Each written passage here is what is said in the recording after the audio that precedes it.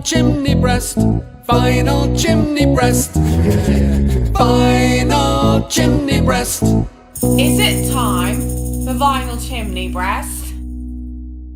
Yes, it's week 12. Meet singles in your area. This week I've shrunk by 5 inches. We're starting off with Little Devil from The Cult. This was the second single from their Electric album in 1987, which was the follow-up to what was really their breakthrough record, Love.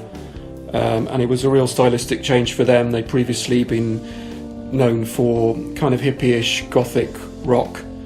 Good stuff, but they went in much more of a hard rock, AC/DC inspired direction on this record. In fact, there's one track on the album, Wildflower, which is a direct rip-off of an AC/DC track. Still sounds good. This was produced by Rick Rubin. Stars by Hearing Aid. This was really the heavy metal equivalent of the Famine release singles, Band-Aid and USA for Africa. And Ronnie James Dio and Vivian Campbell assembled an all-star cast to record this track, an original song. It's actually a really good song. The recordings took place in May 85, so pre-Live Aid, but there were all kinds of legal wrangles and hassles that led to this not being released until I think about a year later. It actually came out in 86. There are all kinds of people on this. Dave Murray and Adrian Smith from Iron Maiden play the melody guitar lines behind the choruses. George Lynch is on it, Dave Menichetti, Jimmy Bain plays bass, Paul Shortino, Eric Bloom from Blue Oyster Cult, a couple of the guys from Spinal Tap, Rob Halford, loads of people on it, really good song. Stranger in a Strange Land single by Iron Maiden. This is from 1986, the second single from the Somewhere in Time album, and this is a time when Derek Riggs, their artist, was getting really quite elaborate with the cover art.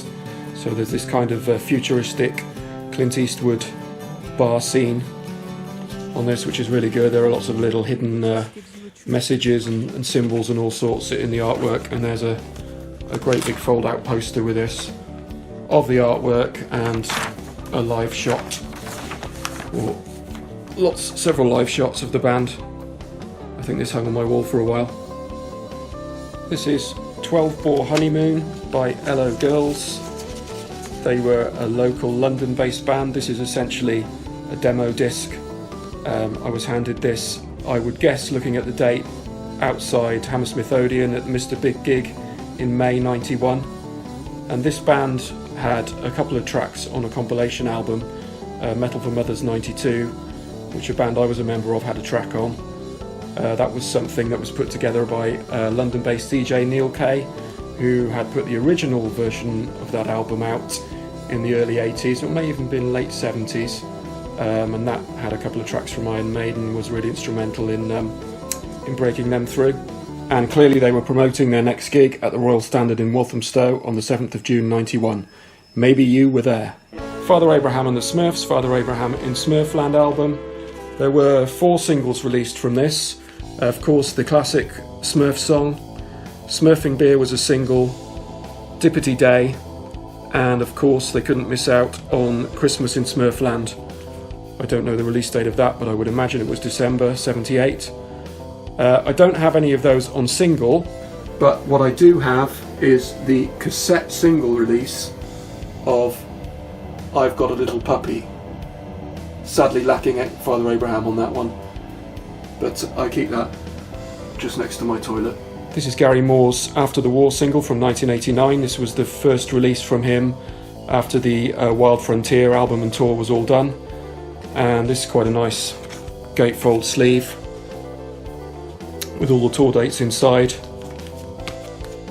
And Gary and Virgin Records, or their subsidiary label 10 Records at the time, were very much into releasing anything you put out on multiple formats. So I think there were a number of different, there was probably an ordinary 7-inch of this, there would have been 12-inch singles. There was, I know I've got the single on a 3-inch compact disc which came in a tin. Things came with free patches and all sorts of stuff. Fiesta Mexicana by the Rimney Silurian Male Voice Choir.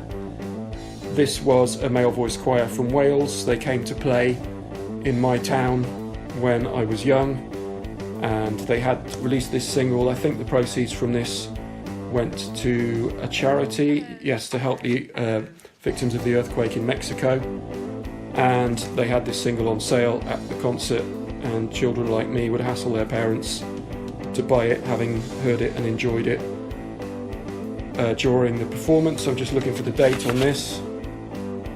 86 this was. Fiesta, Fiesta Mexicana, it goes. Saxon Waiting for the Night from 86. I've included this one just because I think it's a really classic rock, pop rock single, if you like. The album it came from was quite derided by fans. There's some really good stuff on it and some really bad stuff on it, which I think I've mentioned in a previous video. But I think this was a really good single to launch the album. Van Halen, Dance the Night Away. This is the first single from their second album, Van Halen 2, probably my favourite Van Halen album. This was released in April '79. It's a really poppy, upbeat song, which was ideal for a first single, I suppose, to launch the album. And I think I picked this up in a record fair at some point, and it just came in a plain sleeve, so I made this cover myself, which you might be able to tell. Thanks for watching Vinyl Chimney Breast. All the music you can hear in the background is by See Through Head. You can find out more in the links under the description. Please click on everything, and I'll see you next week.